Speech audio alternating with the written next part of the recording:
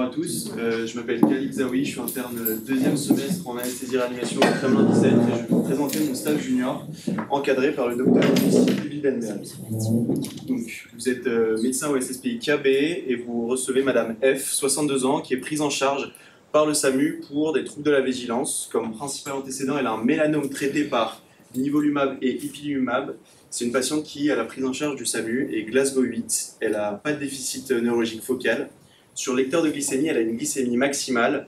La prise en charge du SAMU consiste globalement en l'intubation orotrachéale, la correction de la glycémie par bolus IV d'insuline et il nous transfère cette patiente au SSPI. À l'arrivée au SSPI KB, c'est une patiente qui est Glasgow 3 sous sédation par novel sulfentanyl. Elle a des dopplers transcrâniens normaux de manière bilatérale. Elle est hyperglycémique avec une cétonémie élevée. Et il n'y a pas d'anomalie de l'examen cardio-pulmonaire, abdominal. Voilà. Donc, dans ce contexte, on la traite par insuline VSE devant cette acidocétose diabétique. On transfère la patiente au scanner avec un scanner qui ne retrouve rien, pas d'hémorragie intracrânienne, pas d'argument pour un AVC ischémique constitué. Les troncs supraortiques et le polygone de Willis sont normaux, avec pas de sténose, pas d'anévrisme visualisé. Donc dans les suites de la prise en charge, le traitement globalement va constituer en la prise en charge par insuline IVSE, ce qui va permettre de normaliser la cétonémie. Par ailleurs, on dose une HbA1c chez cette patiente qui revient à 6,6%. Donc c'est une patiente qui évolue favorablement dans notre service et qui va pouvoir sortir en endocrinologie. Donc globalement, pour résumer ce cas clinique, c'est une découverte de diabète qui s'apparenterait à un diabète de type 1 chez une patiente de 62 ans sur coma acidocétosique diabétique. Et donc nous, la première étiologie qu'on va retenir devant ce cas, c'est la complication des immunothérapies inhibitrices du checkpoint. Là, elle recevait ipilimumab et nivolumab. Et donc, ça va me permettre de vous parler du système immunitaire, de ce qu'il active, de ce qu'il inhibe et des thérapies qui en ont découlé. Donc, bref rappel sur ce qui active et ce qui inhibe le système immunitaire. Globalement, les lymphocytes ils sont soumis à deux types de voies de signalisation. Une voie activatrice et une voie inhibitrice. La voie inhibitrice, elle est appelée checkpoint inhibiteur. Donc, concernant ce checkpoint inhibiteur, à quoi il sert? Il sert premièrement à éviter l'autoréactivité des lymphocytes et il sert aussi à limiter ou terminer une réponse immunitaire. Il est composé d'une synapse inhibitrice constituée de deux acteurs. Le récepteur qui est induit à la surface des lymphocytes après leur activation et le ligand qui est situé sur les cellules du système immunitaire et les cellules des tissus périphériques. Et globalement, il y a deux voies du checkpoint inhibiteur, la voie PD1-PDL1 et la voie CTLA4. Donc, on va parler plus particulièrement de ces deux voies. La voie PD1-PDL1, c'est une voie qui est ubiquitaire, c'est-à-dire que le ligand PDL1, il est situé à la surface de toutes les cellules du corps humain.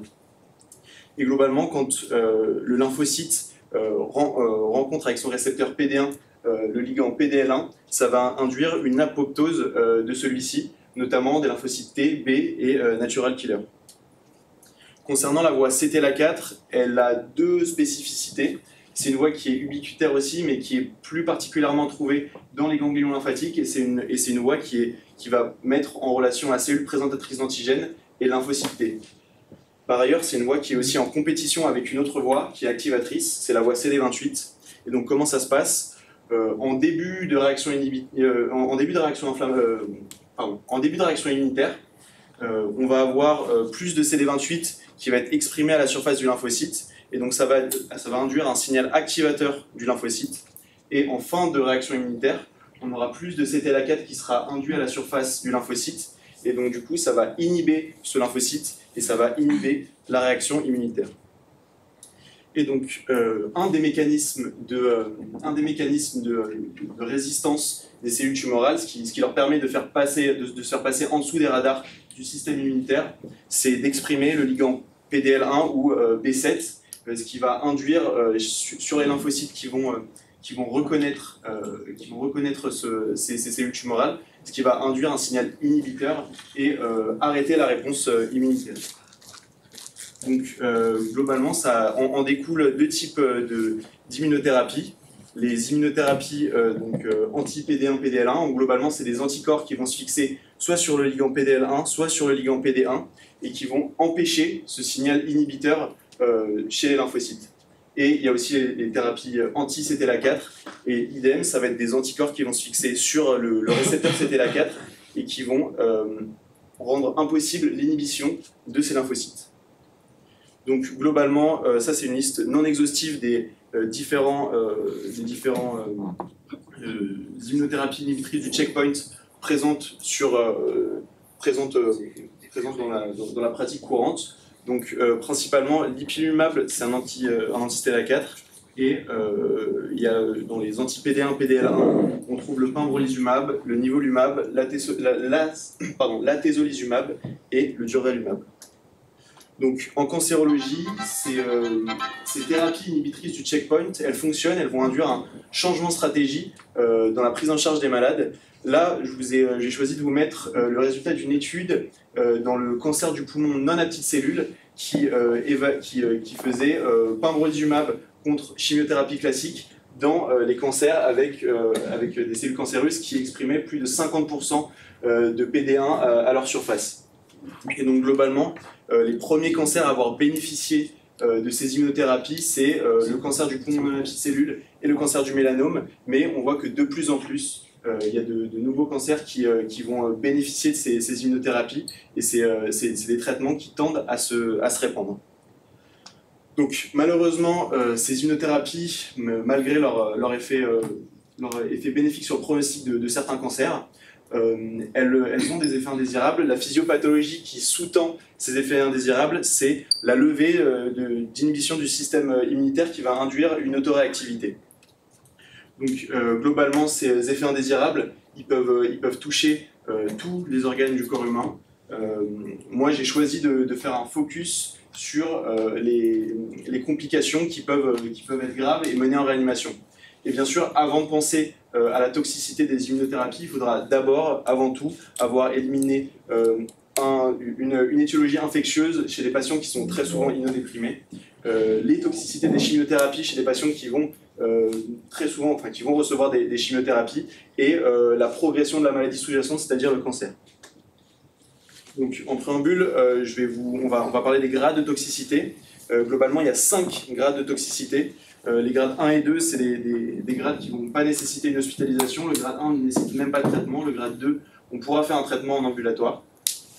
À partir du grade 3, il y a nécessité d'hospitalisation du patient. Et le grade 4, on aura besoin d'une hospitalisation en soins continus ou en réanimation. Et le grade 5, c'est le décès. Et d'après certaines études, il y a 0,64% de patients qui sont décédés de leur immunothérapie. Donc la première complication de laquelle j'aimerais vous parler, c'est la colite. Donc la colite, elle va se produire d'après certaines études chez environ 30% des patients sous anti-CTLA4. Elle est très rare chez les patients sous anti-PD1. Le tableau de colite est globalement assez spécifique, avec des diarrhées, du méléna, des douleurs abdominales. La biopsie, quand on réalise une biopsie, globalement elle montre pas grand chose de spécifique pareil. Elle montre un infiltrat lymphocytaire de la muqueuse digestive, et avec parfois quelques neutrophiles. Je vous ai mis une image endoscopique d'une colite sous anti-CTLA4 avec les images du scanner correspondant.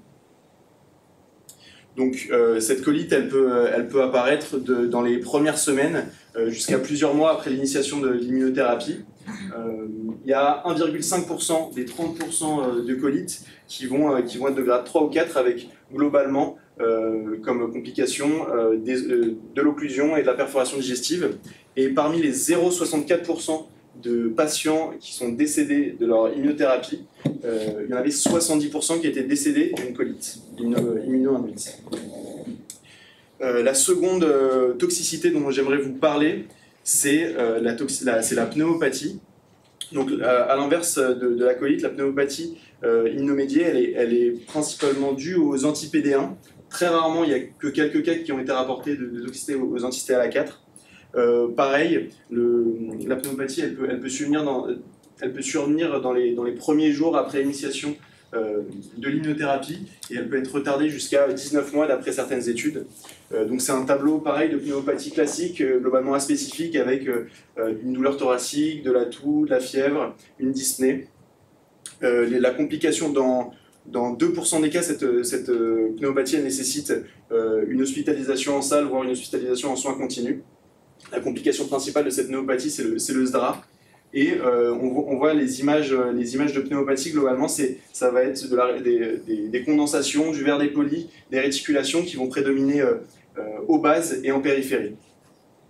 Et donc, parmi les 0,64% de patients qui sont décédés de leur immunothérapie dont je vous ai parlé, il y en avait 35% qui étaient, d'après certaines études, qui étaient décédés d'une pneumopathie. Autre complication, c'est la myocardite. Donc la myocardite, c'est encore autre chose. Elle est plus fréquente et plus grave quand on associe et PD1 et CTLA4. La myocardite, elle apparaît en général très précocement dès le premier cycle. Elle donne des tableaux d'insuffisance cardiaque, troubles de conduction, troubles du rythme, des chocs cardiogéniques et la physiopathologie, anatomopathologie qui sous-tend tout ça, c'est un infiltrat lymphocytaire et de la fibrose myocardique. Parfois, chez ces patients, on réalisait des IRM myocardiques qui montraient globalement de l'œdème myocardique avec un hypersignal en T2. Elle est très grave car dans 25% malgré traitement, les patients décèdent de leur myocardite. On a aussi des toxicités neurologiques dont je voulais vous parler. Comme pour la myocardite, elles sont plus fréquentes, ces toxicités neurologiques, quand on combine anti-PD1 et CTLA4. Ça va plus fréquemment être des toxicités périphériques, avec des mononeuropathies périphériques simples ou multiples, des polyneuropathies axonales périphériques et des polyradiculonévrites ressemblant au syndrome de Guillain-Barré. Moins fréquemment, dans 30% des cas, ce sera des toxicités centrales avec des méningites aseptiques, des encéphalopathies chroniques et des presses. Comme toutes les autres toxicités, elle va apparaître précocement après la première ligne de traitement et dans 20% des cas, quand on a une toxicité neurologique, on va nécessiter une hospitalisation soit en soins continus, soit en réanimation. Pour finir, je devais vous parler du diabète de type 1, parce que c'est mon cas clinique d'introduction. Et donc ce diabète de type 1, il est peu fréquent, moins fréquent que par exemple la pneumopathie, la colite et les toxicités neurologiques. Les cas rapportés ont été rapportés que sous anti-PD1. Comme toutes les autres toxicités, ce diabète de type 1 survient en général à l'initiation du traitement, quelques semaines après l'initiation du traitement, mais peut être retardé jusqu'à 1 an après l'initiation. Et donc quand on dosait les anticorps du diabète de type 1, on les retrouvait dans la moitié des cas. On trouvait des anticorps anti-GAD1 et anti-ICA. Et dans 60% des cas, ce tableau de diabète de type 1 se révélait par un tableau d'acidocétose diabétique. Et donc, Gustave Roussy, étant fréquemment confronté à ce genre de complications des immunothérapies, a développé une expertise sur ces complications et a produit des guidelines, ce qu'on pourrait appeler des guidelines sur quels sont les grands axes thérapeutiques pour prendre en charge ces patients victimes de toxicité de leur immunothérapie. Donc globalement, c'est assez simple. Déjà, on arrête l'immunothérapie. Comment arrêter? C'est-à-dire que c'est des perfusions d'anticorps sur 30 minutes en hôpital de jour toutes les 3 semaines. C'est-à-dire que si notre patient il devait avoir sa perfusion la semaine d'après, il n'ira pas. On introduit une corticothérapie de 0,5 à 2 mg kg jour sur 3 jours. Et à partir de ces 3 jours, après, on va diminuer la corticothérapie sur 1 mois. Si les symptômes ne sont pas résolutifs au bout de 3 à 5 jours, on va discuter des immunosuppresseurs. Et bien sûr, on va traiter l'organe défaillant de manière non spécifique. Concernant la reprise de ces immunothérapies, ils nous ont aussi donné des guidelines, un fil conducteur. Donc pour les toxicités de grade 1 et 2, eux sont plutôt favorables à la reprise de l'immunothérapie. Pour la toxicité de grade 3, on va plutôt tendance à avoir à peser la balance bénéfice-risque. Et quand on est face à une toxicité de grade 4, on aura plutôt tendance à ne pas reprendre l'immunothérapie. Donc, quelques messages à retenir. Donc du coup, les immunothérapies inhibitrices du checkpoint, elles sont en plein essor. Donc ça veut dire qu'on va avoir de plus en plus de patients traités sous immunothérapie inhibitrice du checkpoint. Donc on aura une augmentation des effets indésirables liés aux anti-PD1 et STLA4.